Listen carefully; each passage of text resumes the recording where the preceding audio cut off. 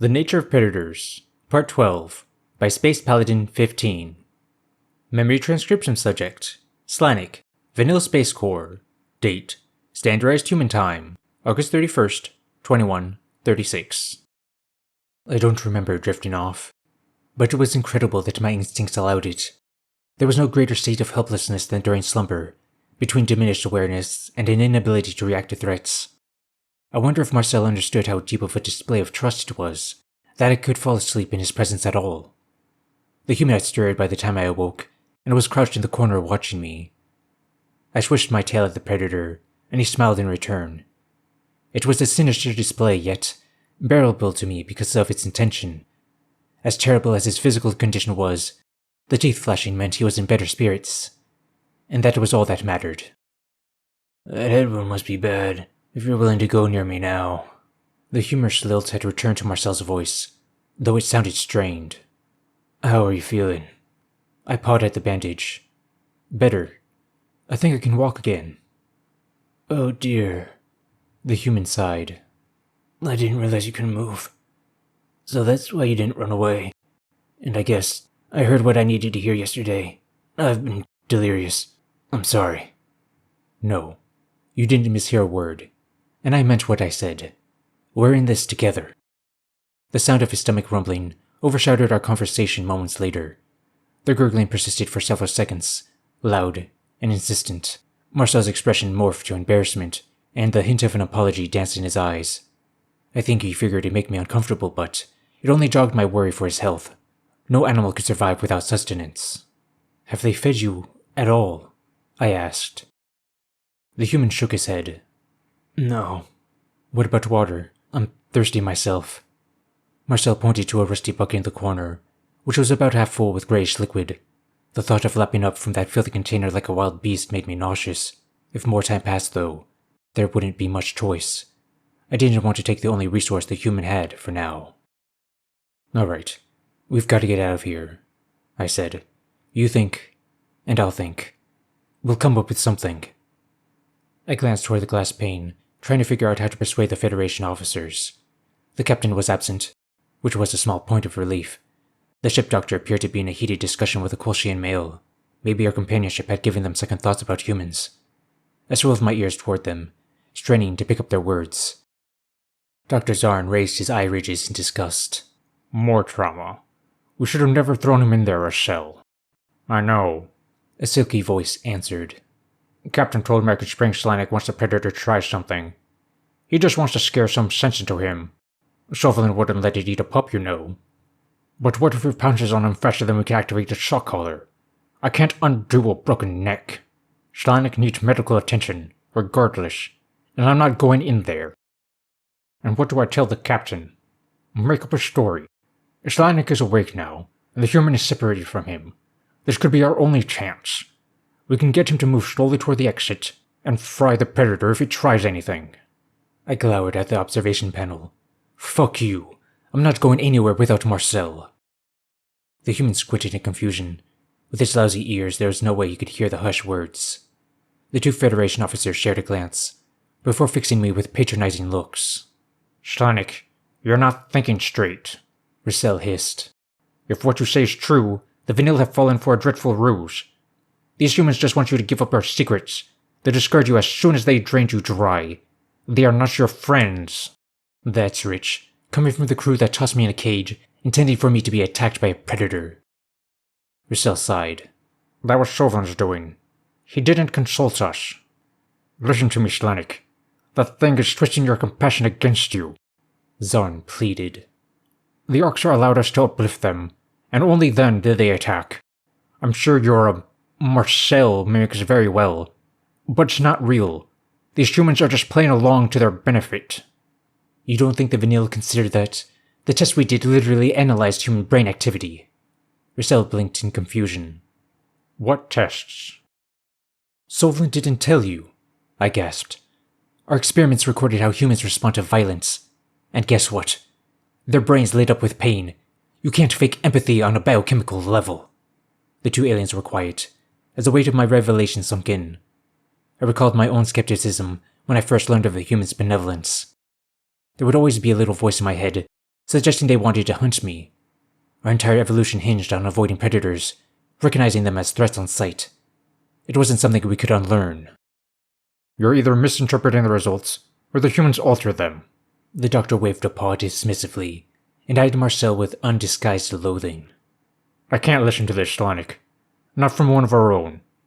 Perhaps by the time I get back, the first officer will have snapped some sense into you. As his counterpart stormed out in a rage, Marcel inspected the humans' behaviors with curious eyes. The grizzled veteran seemed to be the only one listening to a word I said.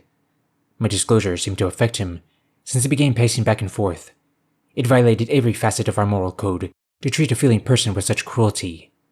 Now was my best chance to persuade him to make Marcel's situation more livable. Marcel needs to eat, I said, trying to keep my tone calm. He will starve if he doesn't. Why should I care? The officer growled. I have no idea how long humans can live without food, but it's not forever. What use is he to you dead? Also, it's torture to me to watch him starve. If you won't do it for his sake, do it for mine. Marcel waved at Grasper in frustration. Do you really expect me to carve up an animal and serve its flesh on a platter? Or are you saying you'd be the one to slaughter it for this predator? Humans can eat plants. In fact, Marcel only consumes vegetation. Please, if you have any decency, I beg you, give us something. Anything. There was a hint of pity in his gaze as he scanned Marcel's visible ribs. I could tell he didn't like seeing any creature suffer, no matter what it was. Marcel fished the half-eaten remains of a purple fruit out of the waste bin, wrinkling his nose. I'm going to put it right at the door.